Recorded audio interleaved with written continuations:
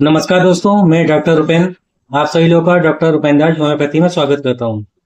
आज आप लोग जानेंगे फाइलेरिया के बारे में, जो कि फाइलेरियासिस, लिम्फेटिक फाइलेरियासिस या एलिफेंटियासिस यानी कि हाथी पांव के नाम से भी जाना जाता है।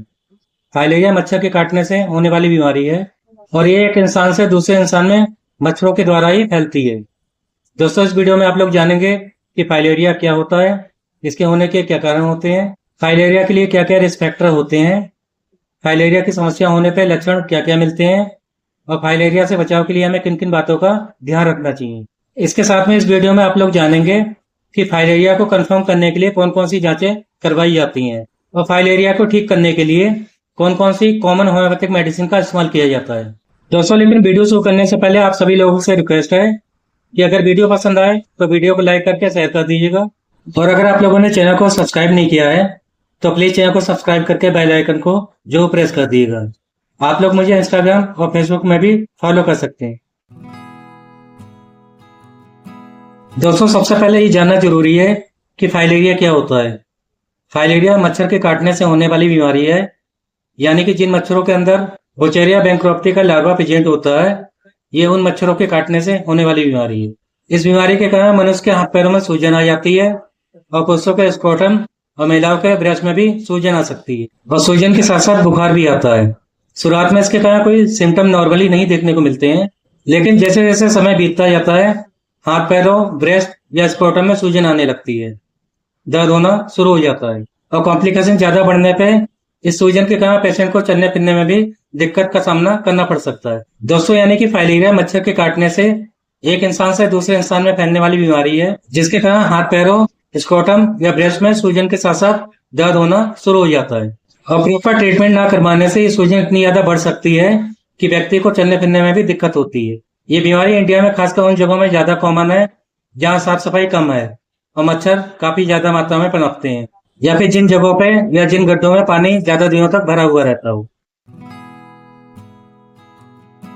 दोस्तों, अब जान लेते हैं कि फाइलेरिया होने के क्या कारण होते हैं। जब कोई मच्छर जिसके अंदर बुचेरिया बैंक्रोप्टी पैरासाइट का लार्वा मौजूद होता है वो किसी हेल्दी इंसान को काटता है, तो ब्लड को सक करते समय वो इस लार्वा को उस हेल्दी इंसान के शरीर के अंदर छोड़ देता है।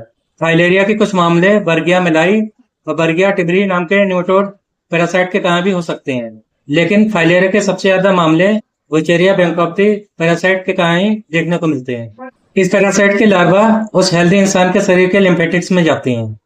लिम्फेटिक्स बॉडी की वो नसें होती हैं जो हमारी बॉडी से वेस्ट प्रोडक्ट को बाहर निकालने में मदद करती है। ये लार्वा पैरासाइट इन्हीं लिम्फेटिक्स में जाकर ग्रो करने लगते हैं, जिसकी वजह से वहां पे ऑब्स्ट्रक्शन होने लगता है और रास्ता ब्लॉक होना शुरू हो जाता है। इसके कारण धीरे धीरे करके उस जगह पे सूजन आना शुरू हो जाती है और ये लार्वा पैरासाइट शरीर के कहीं पे भी, जैसे कि हाथ पैरों में, स्क्रोटम में या ब्रेस्ट में कहीं पे भी जाकर ग्रो करना शुरू कर देते हैं, जिसकी वजह से उस भाग की स्किन में सूजन आनी शुरू हो जाती है और यही समस्या फाइलेरियासिस कहलाती है। पैरों में होने पे एलिफेंटियासिस या हाथी पांव कहलाती है। जब कोई मच्छर इस इन्फेक्टेड बैक्टीरिया को काटता है तो उस मच्छर के अंदर ये पैरासाइट लार्वा चले जाते हैं और इस मच्छर के कारण फिर से कोई भी व्यक्ति इसी बीमारी से इन्फेक्टेड हो सकता है। तो दोस्तों, इस तरीके से ये साइकिल चलता रहता है और ये बीमारी एक व्यक्ति से दूसरे व्यक्ति में फैलती रहती है। दोस्तों, अब बात कर लेते हैं कि फाइलेरिया के लिए क्या क्या रिस्क फैक्टर हो सकते हैं।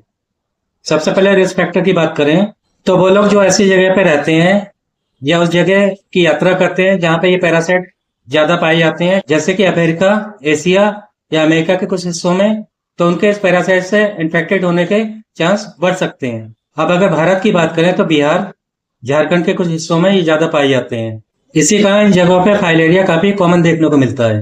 केरल, उत्तर प्रदेश, आंध्र प्रदेश और तमिलनाडु में भी फाइलेरिया के कुछ केस देखने को मिलते हैं।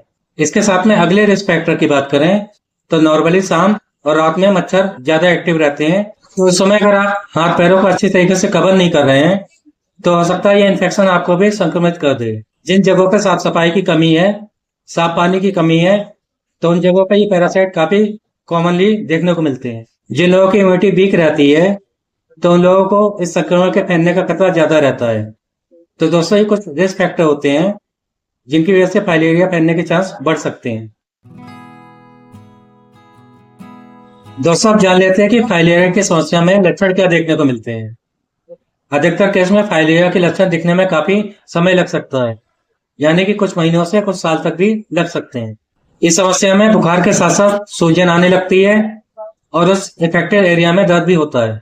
हाथ पैरों में सूजन, पुरुषों के स्क्रोटम में सूजन, इसके साथ में महिलाओं के ब्रेस्ट में सूजन आ सकती है, जो कि पूरी तरीके से इस बात पे डिपेंड करता है कि पैरासाइट बॉडी के किस हिस्से को इफेक्ट कर रहे हैं या ग्रो कर रहे हैं। यह सूजन धीरे धीरे आना शुरू होती है और उस हिस्से की स्किन थिक या मोटी होना शुरू हो जाती है। जब यह सूजन पैरों में आती है तो वहां की स्किन मोटी होना शुरू हो जाती है और सूजन ज्यादा बढ़ने पे पैर की स्किन हाथी के पैर की स्किन की तरह दिखने लगती है।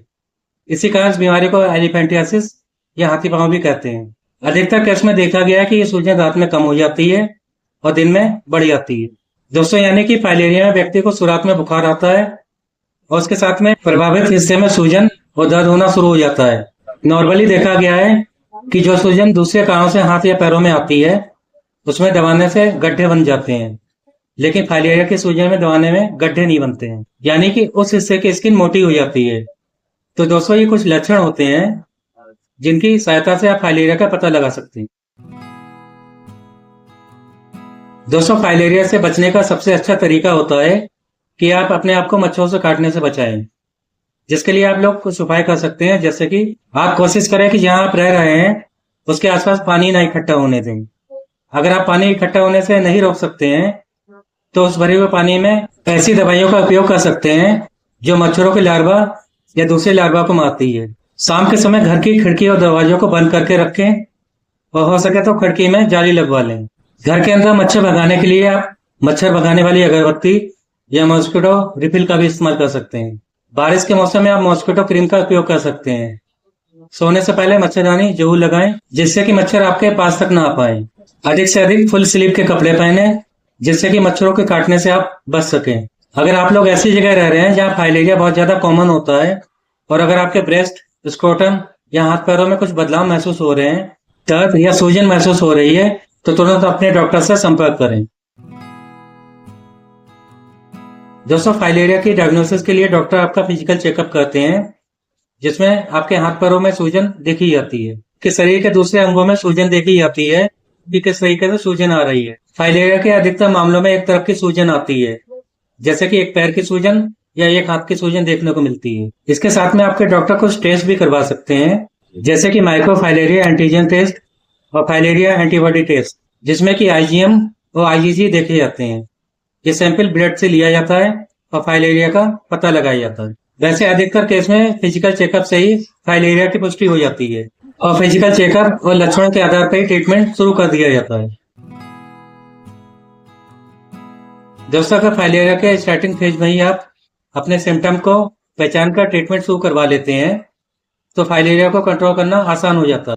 होम्योपैथिक ट्रीटमेंट पूरी तरीके से इस बात पे डिपेंड करता है कि आपकी बीमारी किस स्टेज पे है और उसी के अकॉर्डिंग ट्रीटमेंट स्टार्ट किया जाता है। अगर आपको कुछ लक्षण दिखाई दे रहे हैं, जैसे कि आपके एक पैर में सूजन आ रही है, स्क्रोटम में सूजन आ रही है या फिर ब्रेस्ट में सूजन देखने को मिल रही है, तो आप तुरंत अपने डॉक्टर से मिलें और इलाज शुरू करवा लें। दोस्तों, अब मैं आपको कुछ कॉमन यूज की जाने वाली होम्योपैथिक मेडिसिन बताने जा रहा हूँ, जो कि फाइलेरिया के केस में काफी इफेक्टिव रहती है। पहली मेडिसिन का नाम है एपिस्मेल 30 पोटेंसी में।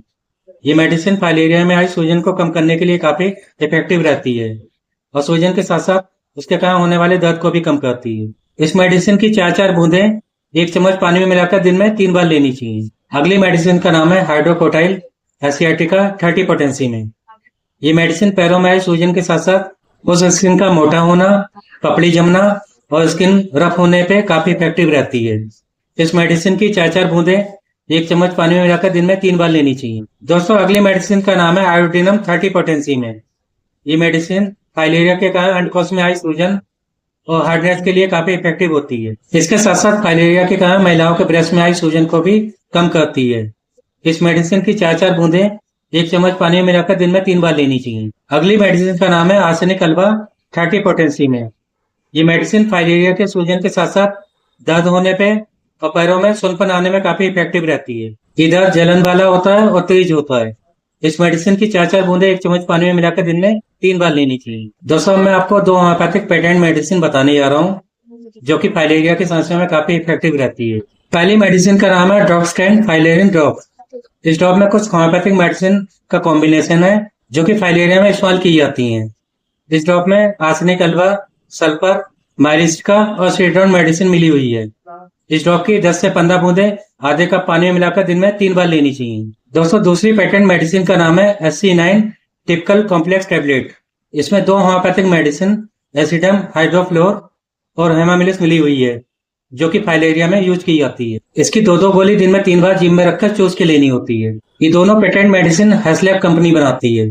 तो दोस्तों, ये कुछ कॉमन यूज की जाने वाली होम्योपैथिक मेडिसिन थी जो कि फाइलेरिया की समस्या में इस्तेमाल की जाती है। लेकिन होम्योपैथिक ट्रीटमेंट पूरी तरीके से आपकी बीमारी की स्टेज और आपके लक्षणों पर डिपेंड करता है। और इसी कारण आपकी प्रॉब्लम के लिए इन मेडिसिन के साथ साथ दूसरी मेडिसिन भी हो सकती हैं जो कि आपके होम्योपैथिक डॉक्टर तय करते हैं। इसलिए सेल्फ मेडिकेशन ना करके डॉक्टर से परामर्श करके ही प्रॉपर ट्रीटमेंट करवाना चाहिए। तो दोस्तों, आज का वीडियो फाइलेरिया, फाइलेरियासिस, एलिफेंटियासिस या हाथी पांव के ऊपर था।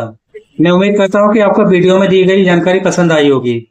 अगर वीडियो पसंद आया हो तो वीडियो को लाइक करके अपने जानने वालों को जरूर शेयर करें। और अगर आपको हमारे यहाँ से ट्रीटमेंट करवाना है तो हमसे कांटेक्ट करें, नंबर स्क्रीन पे दिया हुआ है।